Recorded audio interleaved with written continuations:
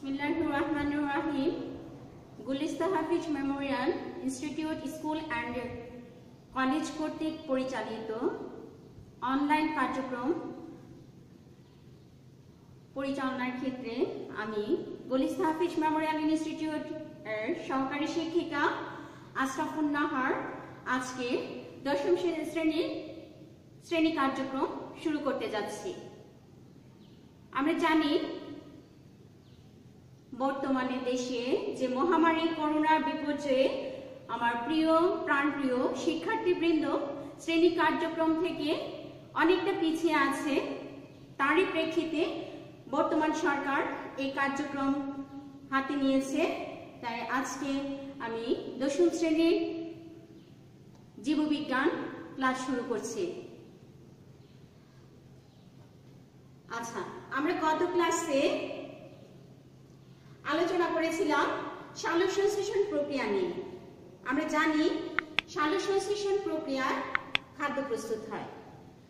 আমরা কি শিক্ষার্থীবৃন্দ আমরা কি জানি সালোক সংশ্লেষণ প্রক্রিয়ায় যে খাদ্য তৈরি হচ্ছে এই খাদ্য থেকে আমরা কি পাই?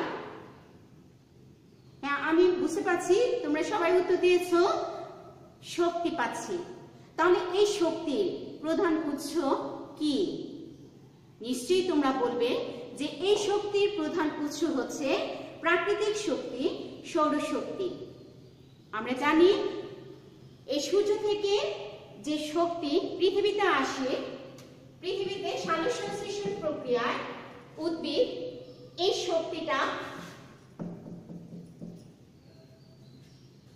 সালোক সংশ্লেষণ প্রক্রিয়ার সময় স্থিতিশক্তি হিসেবে শর্করায় মজুদ থাকে। জীবদেহে বিশেষ করে উদ্ভিদ এবং প্রাণী তার জৈবিক কার্য পরিচালনার ক্ষেত্রে স্থিতিশক্তি ব্যবহার করতে পারছে না। যেহেতু জীব তার কার্যক্রম পরিচালনা করার জন্য আমরা জানি যে শক্তির প্রয়োজন, তাহলে এই শক্তি আসবে আমাদের উদ্ভিদ যে খাদ্য প্রস্তুত করছে এই খাদ্য থেকে আমরা এই শক্তি পাচ্ছি।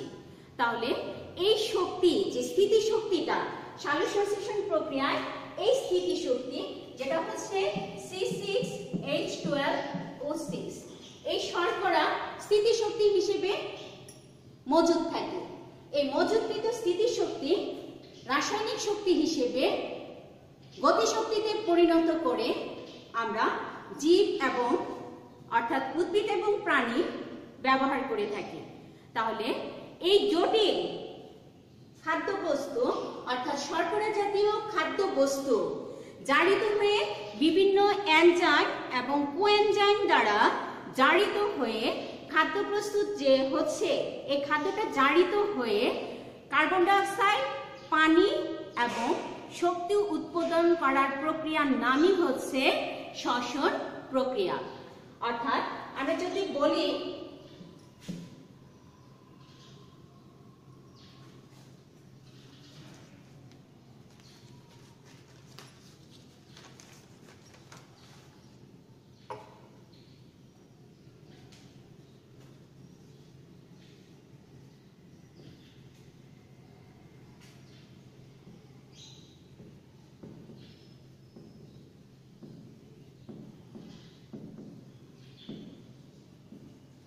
শর্করা জাতীয় খাদ্য 6 অণু অক্সিজেন দ্বারা জারিত হয়ে 6 অণু কার্বন ডাই অক্সাইড, 6 অণু পানি এবং শক্তি উৎপন্ন হচ্ছে।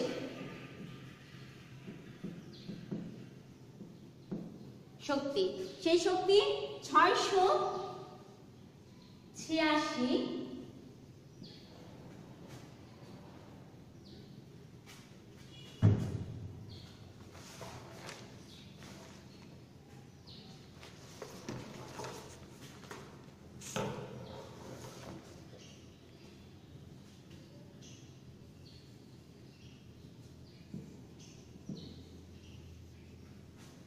686 কেলভিন প্লাস অবলিক হচ্ছে মোল। তাহলে দেখো আমরা কি পাচ্ছি, শর্করা জাতীয় খাদ্য 6 অণু অক্সিজেন দ্বারা বিভিন্ন এনজাইমের সাহায্যে জারিত হয়ে 6 অণু কার্বন ডাই অক্সাইড, 6 অণু পানি এবং 686 কিলো ক্যালভিন অর্থাৎ মোল শক্তি উৎপন্ন হচ্ছে। এই শক্তি আমরা জীব বিভিন্ন কার্যে ব্যবহৃত করছে। ল্যাটিন শব্দ রেসপিরিয়া, যার অর্থ হচ্ছে শ্বাস নেওয়া।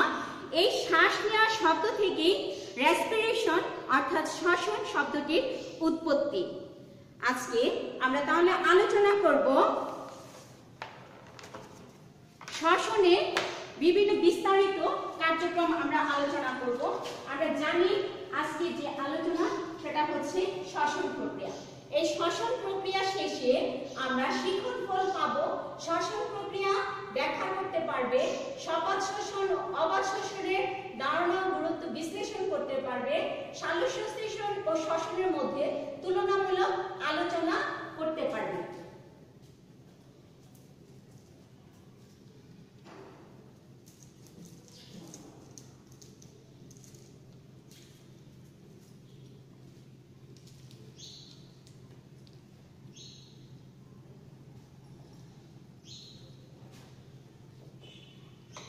তাহলে শর্করা জাতীয় খাদ্য থেকে আমরা কার্বন ডাই অক্সাইড, পানি এবং শক্তি পাচ্ছি।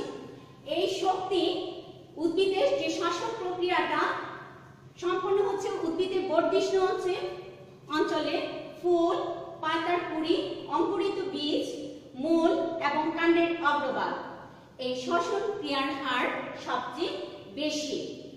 আমরা যে সমীকরণটা, রাসায়নিক সমীকরণটা বোর্ডে আমরা এখন দেখতে পাচ্ছি।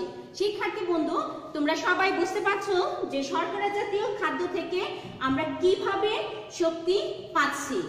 জীব তার জটিল কাজগুলো পরিচালনা করার জন্য এই যে শক্তিগুলো প্রয়োজন, এই শক্তিগুলো আমরা এই খাদ্য থেকে এই শক্তিগুলো পেয়ে থাকি।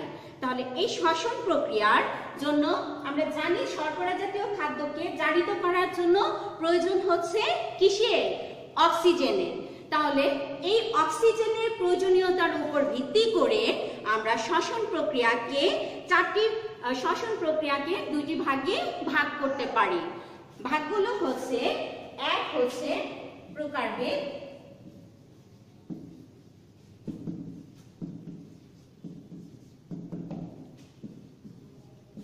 কি শিক্ষার্থীবৃন্দ?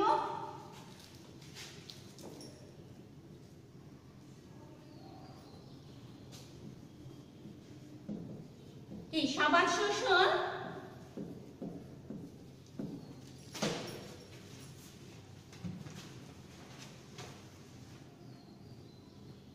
আর হচ্ছে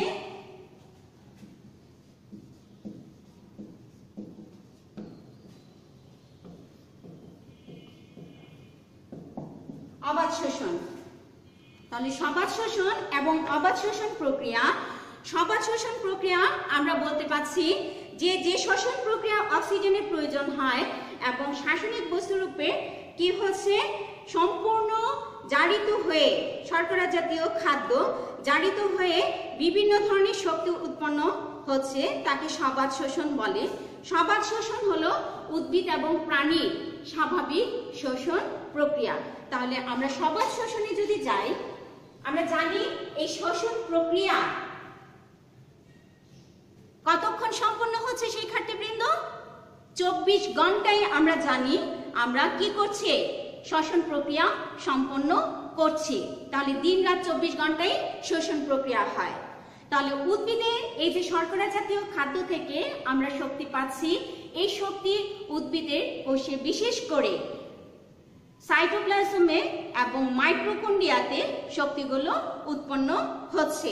তাহলে প্রথমে আমরা আসি সবাত শোষণ প্রক্রিয়া। সবাত শোষণ প্রক্রিয়া অক্সিজেনের প্রয়োজন হচ্ছে। তাহলে সবাত শোষণ প্রক্রিয়া আমরা যদি সমীকরণটা একটু খেয়াল করে দেখি,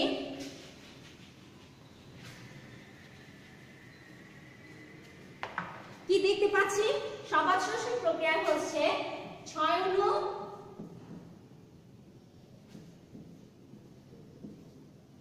শর্করা, 6 অণু অক্সিজেন, বিভিন্ন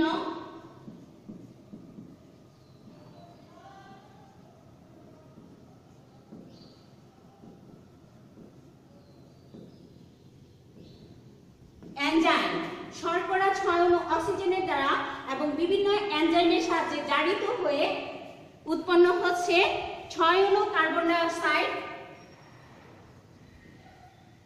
6 অণু কার্বন ডাই অক্সাইড প্লাস হচ্ছে 6 অণু পানি প্লাস হচ্ছে 686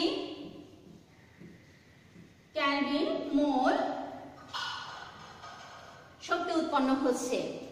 তাহলে সবাত শোষণ প্রক্রিয়ায় আমরা জানি কি তৈরি হচ্ছে, এক অণু শর্করা জারিত হয়ে 6 অণু কার্বন ডাই অক্সাইড, 6 অণু পানি এবং 38টি এটিপি তৈরি হচ্ছে। এই 38টি এটিপি বিভিন্ন পর্যায়ের মাধ্যমে 38টি এটিপি তৈরি হচ্ছে। তাহলে আমাদের সবাত শোষণ প্রক্রিয়া আমরা জানলাম যে সবাত শোষণ কাকে বলে এবং সবাত শোষণ প্রক্রিয়া আমরা রাসায়নিক সমীকরণটি লক্ষ্য করলাম এবং সবাত শোষণ প্রক্রিয়ায় উৎপাদিত দ্রব্যাদি দেখতে পাচ্ছি। নেক্সটে আসো 2 নাম্বার অর্থাৎ অবাত শোষণ প্রক্রিয়া। সবাত শোষণ প্রক্রিয়া যেমন অক্সিজেনের প্রয়োজন হচ্ছে, বাট অবাত শোষণ প্রক্রিয়ায় কোনো অক্সিজেনের প্রয়োজন হয় না, অর্থাৎ অক্সিজেনের প্রয়োজন ছাড়াই এখানে শর্করা জারিত হয়ে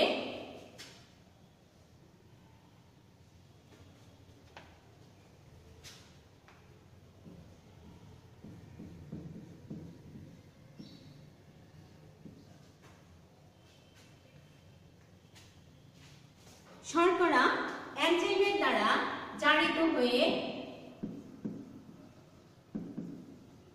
কি তৈরি হচ্ছে শিক্ষার্থীবৃন্দ? আমরা সবাত শোষণ প্রক্রিয়ায় কি দেখেছি?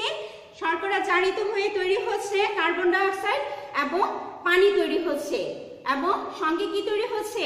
শক্তি।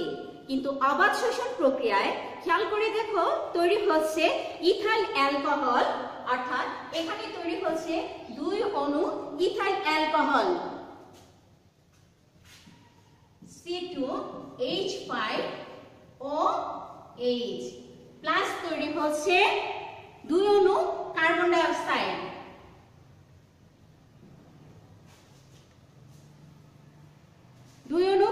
অক্সাইড, এবং এখানে তৈরি হচ্ছে শক্তি হচ্ছে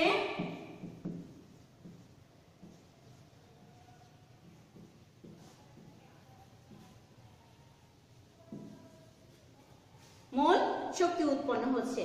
তাহলে এখানে অবাত শোষণ প্রক্রিয়ায় কি হচ্ছে, যে শ্বসন প্রক্রিয়ায়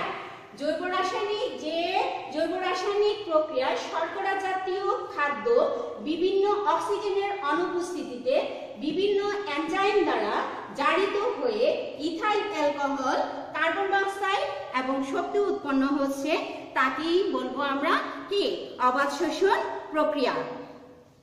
তাহলে এই যে সামান্য পরিমাণে শক্তি উৎপন্ন হচ্ছে অবাত শোষণ প্রক্রিয়ায়, তাহলে শিক্ষার্থীবৃন্দ তোমরা বলতে পারবে সবাত শোষণ এবং অবাত শোষণ প্রক্রিয়ায় কোন শোষণ প্রক্রিয়ায় সবচেয়ে বেশি শক্তি উৎপন্ন হচ্ছে?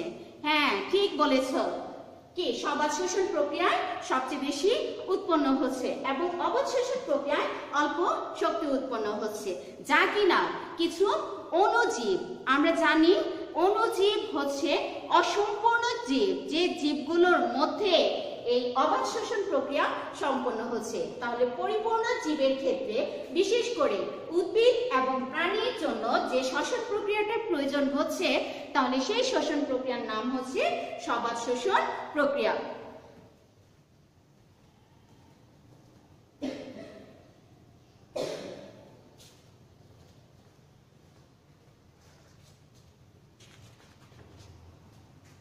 এখন আমরা অবাত শোষণ এবং সবাত শোষণ সম্পর্কে আমরা ধারণা লাভ করলাম। এখন আমরা দেখব যে সবাত শোষণ প্রক্রিয়ায় কিভাবে 38টি এটিপি তৈরি হয়।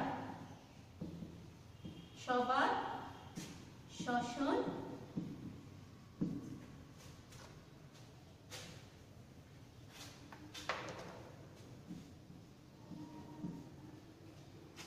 এই সবাত শোষণ প্রক্রিয়া 4টি ধাপে সম্পন্ন হয়।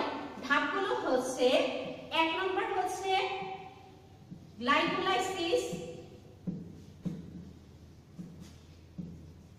গ্লাইকোলাইসিস। 2 নম্বর হচ্ছে অ্যাসিটাইল কোএ,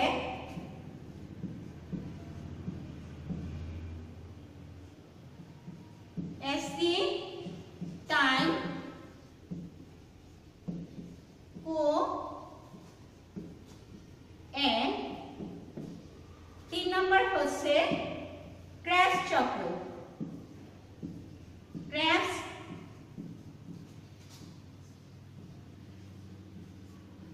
চক্র। 4 নম্বর হচ্ছে ইলেকট্রন প্রবাহ তন্ত্র,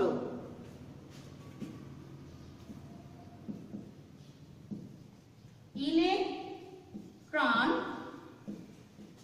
প্রবাহ তন্ত্র। তাহলে সবার শোষণ প্রক্রিয়ার যে 4টি ধাপে সম্পন্ন হচ্ছে সেই ধাপগুলো হচ্ছে গ্লাইকোলাইসিস, অ্যাসিটাইল কোএ, ক্রেবস চক্র এবং ইলেকট্রন প্রবাহ তন্ত্র। আমরা সবাই জানি যে কোষের মাইটোকন্ড্রিয়াকে পাওয়ার হাউস বলা হয়। তাহলে কোষের মাইটোকন্ড্রিয়াতে পাওয়ার হাউস বলা হলে জীবদেহের অর্থাৎ উদ্ভিদের সবচেয়ে বেশি শক্তি উৎপন্ন হচ্ছে মাইটোকন্ড্রিয়াতে এবং সাইটোপ্লাজমেও শক্তি উৎপন্ন হচ্ছে। তাহলে সম্পন্ন হচ্ছে শ্বসন কোথায় কোথায়? সাইটোপ্লাজম এবং মাইটোকন্ড্রিয়াতে। তাহলে এই যে সবার শোষণের 4টি ধাপ আমরা শিখলাম, দেখলাম এই 4টি ধাপের মধ্যে ধাপগুলো 3টি ধাপ সম্পন্ন হবে আমাদের। 3টি ধাপের মধ্যে প্রথম 2টি ধাপ সম্পন্ন হবে সাইটোপ্লাজমে এবং তৃতীয় ধাপ অর্থাৎ ক্রেবস চক্র সম্পন্ন হবে মাইটোকন্ড্রিয়াতে।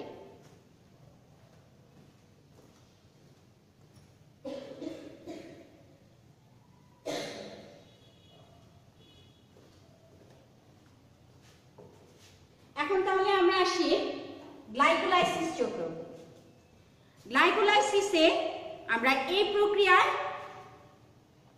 শর্করা জাতীয় খাদ্য জারিত হয়ে 2 অণু অ্যাসিটাইল কোএ তৈরি হবে এবং সঙ্গে তৈরি হবে 4টা এটিপি তৈরি হবে এবং 2টি কি তৈরি হবে? NADPH+ অর্থাৎ NADPH2 উৎপন্ন হবে। তাহলে এই যে গ্লাইকোলাইসিস ধাপে আমরা কি তৈরি হচ্ছে দেখতে পাচ্ছি, তৈরি হচ্ছে 2 অণু পাইরুভিক অ্যাসিড অর্থাৎ 2 অণু পাইরুভিক অ্যাসিড, 4টা এটিপি আর হচ্ছে 2টো NADH2 তৈরি হচ্ছে।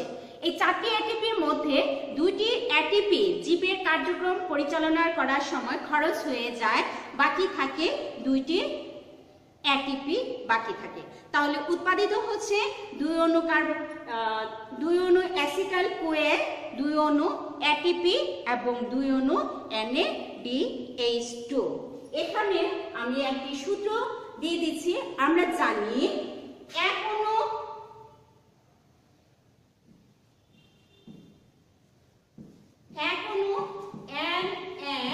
NADH+ সমান হচ্ছে 3টি এটিপি, অর্থাৎ এখানে আমরা 3 অণু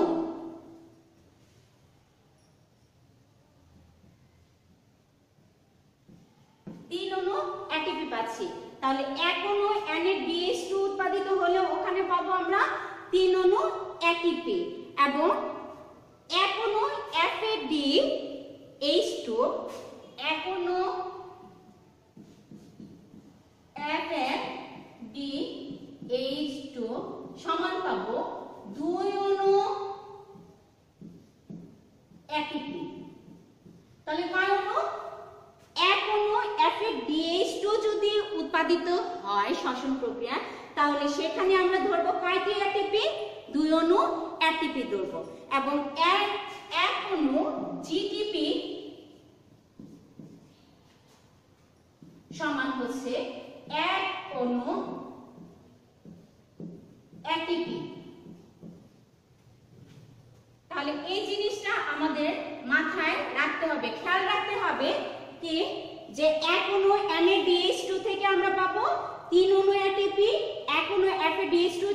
পাবো 2 অণু এটিপি, এবং 1 অণু জিটিপি যদি তৈরি হয় তাহলে পাবো 1 অণু এটিপি পাবো।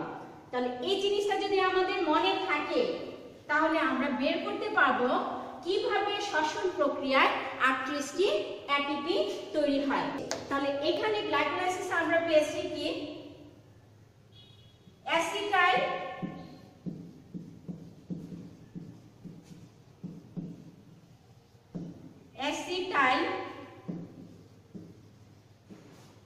কো এনজাইম,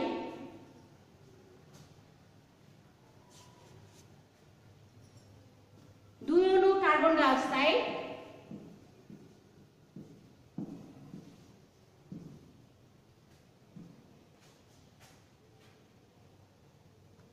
2 অণু NaDH2,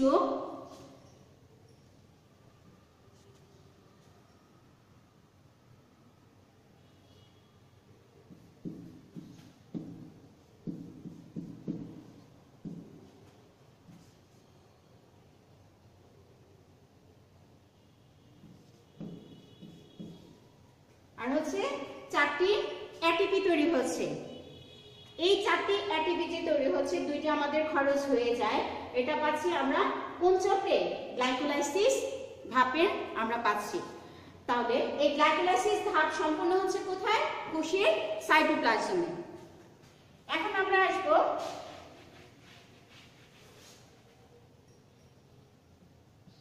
2 নম্বর ধাপে। সেই 2 নম্বর ধাপটির নাম কি?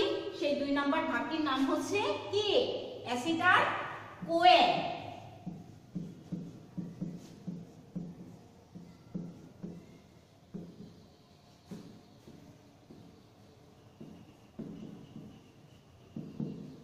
গ্লাইকোলাইসিস পর্যায়ে সৃষ্ট 2 অণু পাইরুভিক অ্যাসিড জারিত হয়ে 2 অণু অ্যাসিটাইল কোএনজাইম, প্রতি অণু পাইরুভিক অ্যাসিড থেকে পাচ্ছি 2 কার্বন বিশিষ্ট অ্যাসিটাইল কোএনজাইম, পাচ্ছি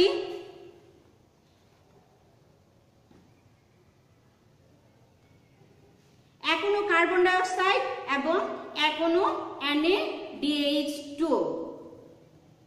এখানে তাহলে প্রতি অণু পাইরুভিক অ্যাসিড থেকে যদি আমরা 2 কার্বন বিশিষ্ট 1 অণু অ্যাসিটাইল কোএনজাইম, 1 অণু কার্বন ডাই অক্সাইড এবং পাচ্ছি 1 অণু NaDH2, তাহলে 2 অণু পাইরুভিক অ্যাসিড থেকে উৎপন্ন হচ্ছে 2 অণু পাইরুভিক অ্যাসিড জারিত হয়ে তৈরি হচ্ছে 2 অণু অ্যাসিটাইল কোয়েন, 2 অণু কার্বন ডাই অক্সাইড এবং 2 অণু NaDH2। এই ধাপটিও কোষের সাইটোপ্লাজমে সম্পন্ন হয়। তাহলে গ্লাইকোলাইসিস পর্যায়ে সৃষ্ট 2 অণু পাইরুভিক অ্যাসিড থেকে আমরা পাচ্ছি 2 অণু অ্যাসিটাইল কোয়েন,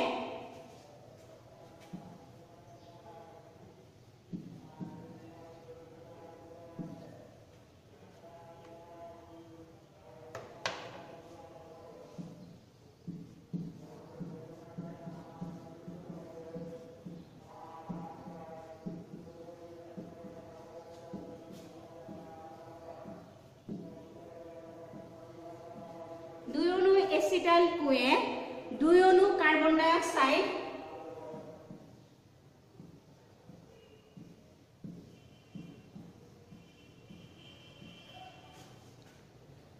এবং 2 অণু NaDH2।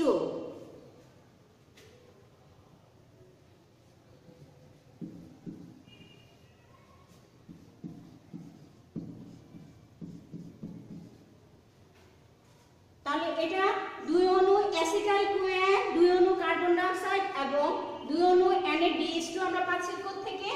পাইরুভিক অ্যাসিড থেকে।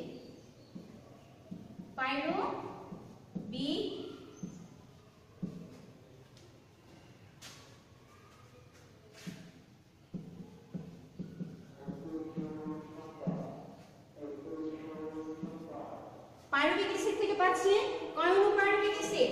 2 অণু পাইরুভিক অ্যাসিড থেকে পাচ্ছি 2 অণু অ্যাসিটাইল কোয়েন, 2 অণু কার্বন ডাই অক্সাইড এবং 2 অণু NaDH2।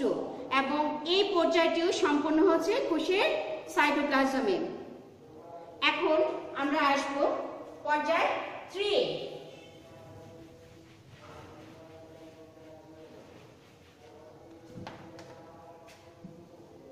3 নম্বর পর্যায়ের নাম কি ছিল? হ্যাঁ, ক্রেবস চক্র।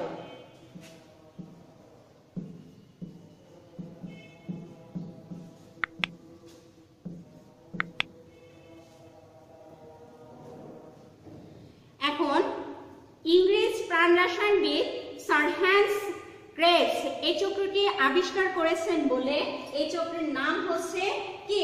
ক্রেবস চক্র। এবং এই পর্যায়ে অ্যাসিটাইল পর্যায়ে যে 2 অণু কোএনজাইম উৎপন্ন হয়েছিল, এক্ষেত্রে 2 অণু অ্যাসিটাইল কোএনজাইম মাইটোকন্ড্রিয়াতে প্রবেশ করার পরে যখন ক্রেবস চক্র গ্রহণ করলো, এখানে মাইটোকন্ড্রিয়ায় সংগঠিত বিক্রিয়ার মাধ্যমে অ্যাসিটাইল কোএনজাইম জারিত হয়ে তৈরি হচ্ছে 2 অণু। এক অণু অ্যাসিটাইল কোএনজাইম থেকে 2 অণু কার্বন ডাই অক্সাইড, 3 অণু NADH2, 1 অণু FADH2 এবং 1 অণু GTP অর্থাৎ গুয়ানোসিন ট্রাইফসফেট উৎপন্ন হয়।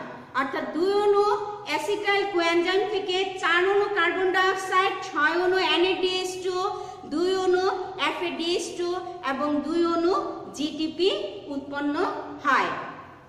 তাহলে আসো দেখি আমরা এই যে ক্রেবস চক্রে উৎপন্ন হচ্ছে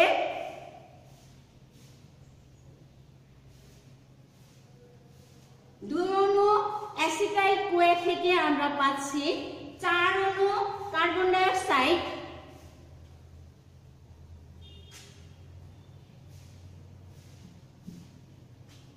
4 অণু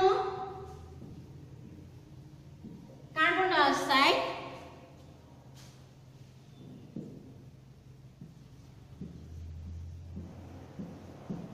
6 অণু পাচ্ছি NADH2,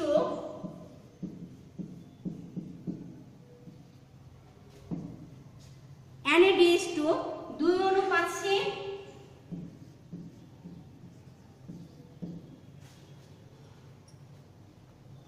FADH2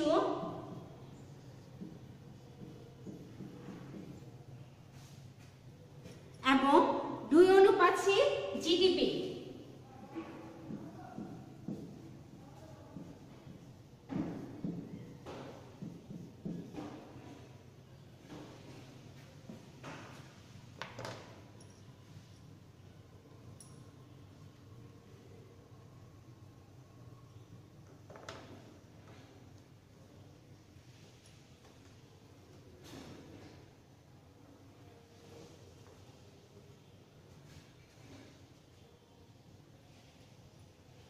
चार अणु कार्बन डाई ऑक्साइड, 6 अणु NADH2, 2 अणु FADH2 এবং 2 अणु GTP উৎপন্ন হচ্ছে কোন চক্রে? ক্রেবস চক্রে।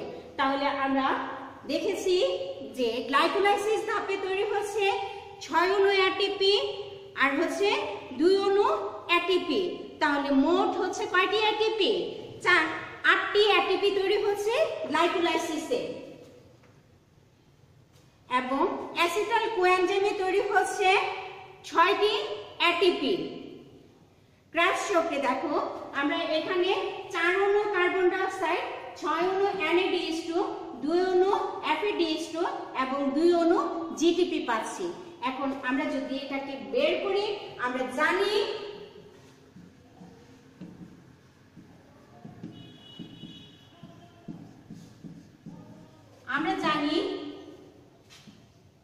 এক অণু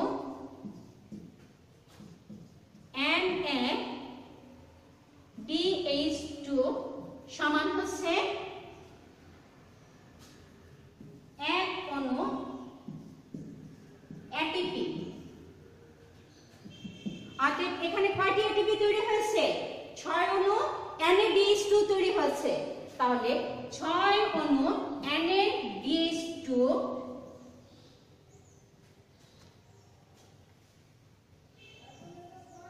3 অণু ATP।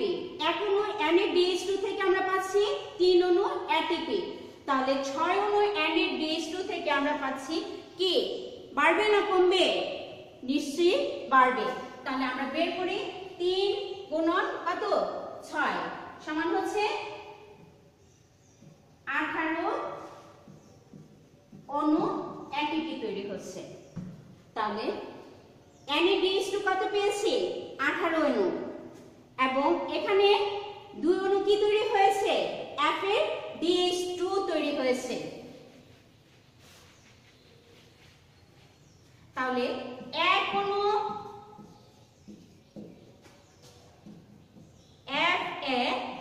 FADH2 সমান হচ্ছে 2 অণু ATP। তাহলে এখানে কয় অণু FADH2 তৈরি হয়েছে? 2 অণু FADH2 তৈরি হয়েছে। তাহলে 2 গুণন 2 সমান 4 অণু ATP। তাহলে 18 এবং 4 হচ্ছে কত? 19 20 21 22 22টি ATP তৈরি হচ্ছে। এখন পরে দেখো আর কি পাচ্ছি 2 অণু GTP। আমরা জানি 1 অণু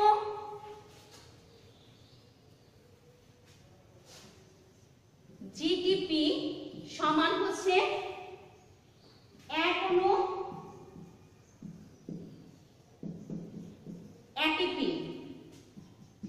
অতএব 2 অণু GTP সমান হচ্ছে 1 গুণন 2 অণু ATP সমান 2 অণু ATP। তাহলে আমরা কি পেয়েছি 18 অণু NADH2, 4 অণু FADH2 এবং 2 অণু GTP পেয়েছি।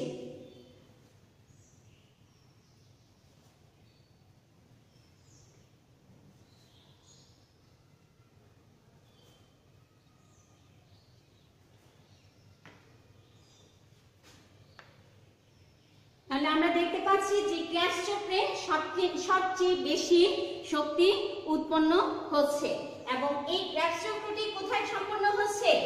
কোষের মাইটোকন্ড্রিয়াতে সম্পন্ন হচ্ছে।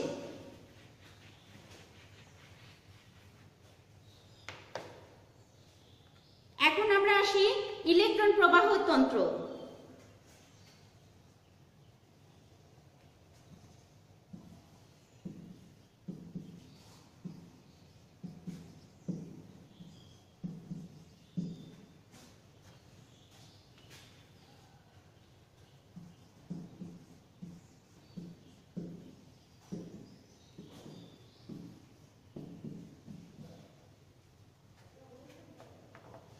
ইলেকট্রন প্রবাহ উপরে যে 3টি আমরা প্রক্রিয়া দেখতে পাচ্ছি, এই প্রক্রিয়াগুলো যে NADH2 উৎপন্ন বিজারিত হয়ে FADH2 উৎপন্ন হয়, এই ধাপে সেগুলো পুরোপুরি জারিত হয়ে প্রবাহতন্ত্রের মধ্য দিয়ে প্রবাহিত হওয়ার সময় যে শক্তি প্রদান করে সেই শক্তি ATP তৈরিতে ব্যবহার হয়।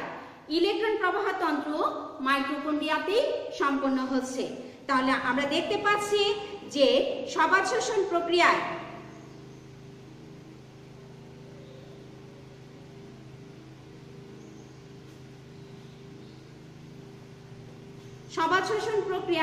এক অণু গ্লুকোজ সম্পূর্ণরূপে জারিত হয়ে সর্বমোট 6 অণু কার্বন ডাই অক্সাইড, 6 অণু পানি এবং 38টি ATP তৈরি হয়েছে।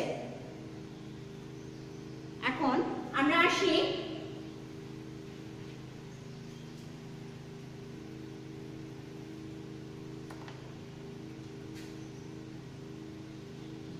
অবাত শোষণ প্রক্রিয়া।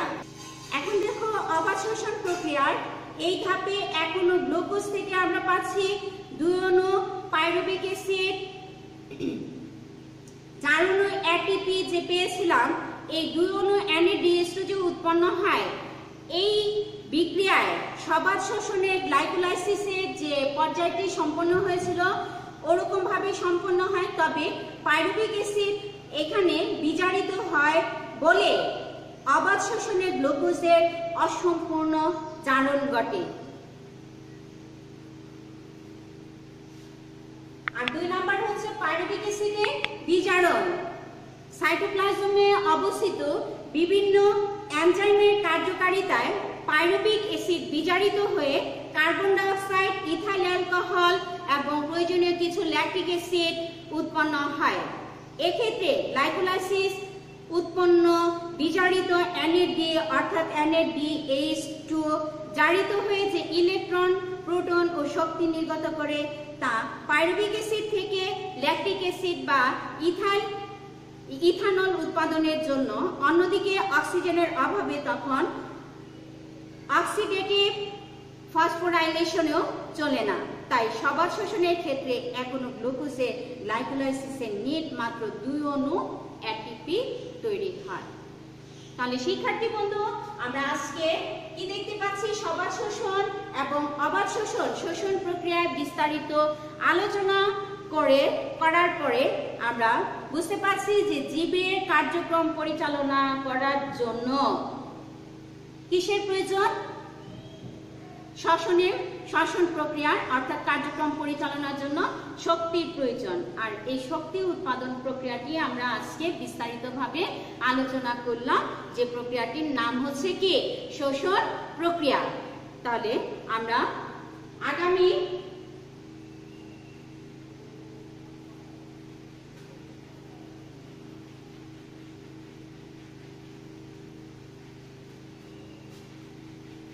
ক্লাসে আসো, আমরা বাড়ি থেকে কাজ করে নিয়ে আসবো, অর্থাৎ বাড়ির কাজ।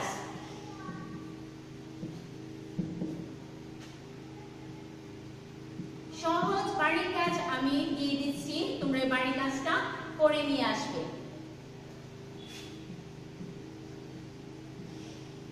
সবাদ শোষণ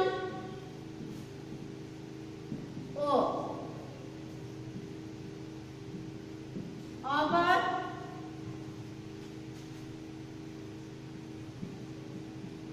শ্বসন প্রক্রিয়ার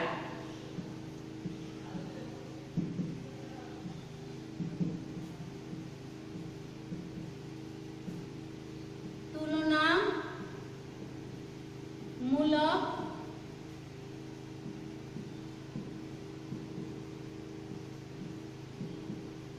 আলোচনা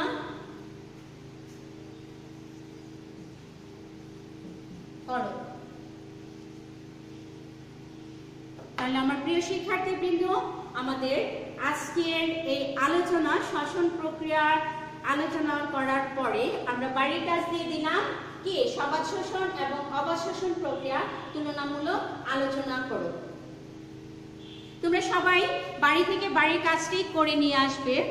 তোমাদের সুস্বাস্থ্য কামনা করে আজকের মতো আমি আশরাফুন নাহার তুহিন শ্রেণী কার্যক্রম শেষ করছি। তোমরা ভালো থেকো, সুস্থ থেকো। আগামী ক্লাসে তোমাদের সঙ্গে আবার দেখা হবে। খোদা হাফেজ।